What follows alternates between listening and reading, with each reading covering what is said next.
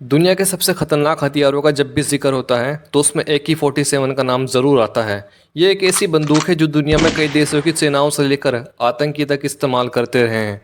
Al Qaeda से लेकर ISIS तक इस्तेमाल करते रहे हैं। ओसामा बिन लादेन की कई तस्वीरों में उसके हाथ में AK-47 को देखा जा सकता है। वहीं भारत के गैंग्स भी इसका इस्तेमाल करते रहे हैं। भारत में underworld don Dawood Ibrahim, D company से लेकर यूपी का डॉन श्री प्रकाश शुक्ला तक इस हथियार का इस्तेमाल करते रहे हैं। यूपी में बीजेपी विधायक कृष्णानंद राय की हत्या में भी इसी बंदूक का इस्तेमाल किया गया था। आइए समझते हैं कि ये बंदूक हर फसाद की जड़ में क्यों इस्तेमाल होती है। दूसरे वर्ल्ड वॉर के बाद उस वक्त के सोवियत संघ यानी कि रूस ने एक नए हथियार को बनाना शुरू किया जो पारंपरिक राइफल और सब मशीन गन के बीच की खाई को पाट सके। इस नए हथियार को बनाने की जिम्मेदारी एक नौजवान टैंक कमांडर मिखाइल किलाशनिकोव को दिया गया। उन्होंने दुनिया की सबसे मशहूर बंदूक AK-47 का डिज़ाइन बनाना शुरू किया। मिखाइल किलाशनिकोव को बंदूक बनाने का पहले से कोई भी एक्सपीरियंस नहीं था, लेकिन उन्होंने इस नए हथियार के लिए काम करना शुरू किया। एवोटोमेट किलाशनिकोव 1947 ये इसका पूरा नाम है। इसका शॉर्ट नाम AK-47 है। यूरोप के हथियारों की तुलना में AK-47 में इतनी बारीकी नहीं थी।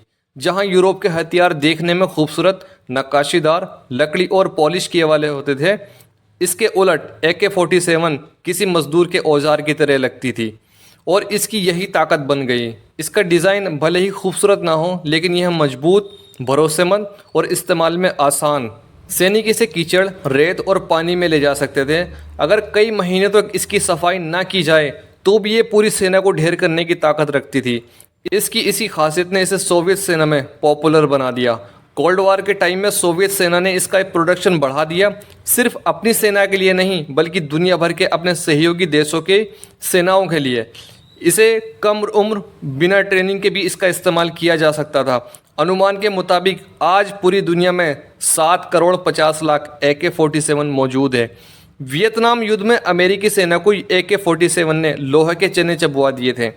अमेरिका के पास ऐसा कोई हथियार नहीं था जिसका तोड़ निकाल सके। इसके जवाब में अमेरिका ने M16 हथियार वियतनाम पहुंचाना शुरू कर दिया था।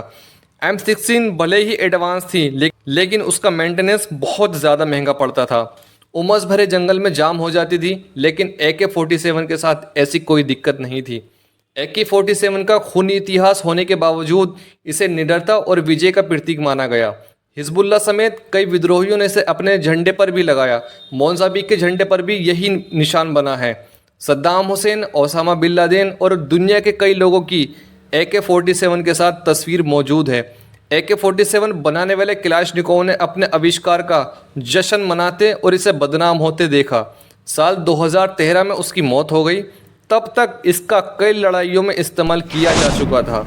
उन्होंने अपनी बंदूक पर गर्व भी महसूस किया और इस बंदूक पर अफसोस भी जताया।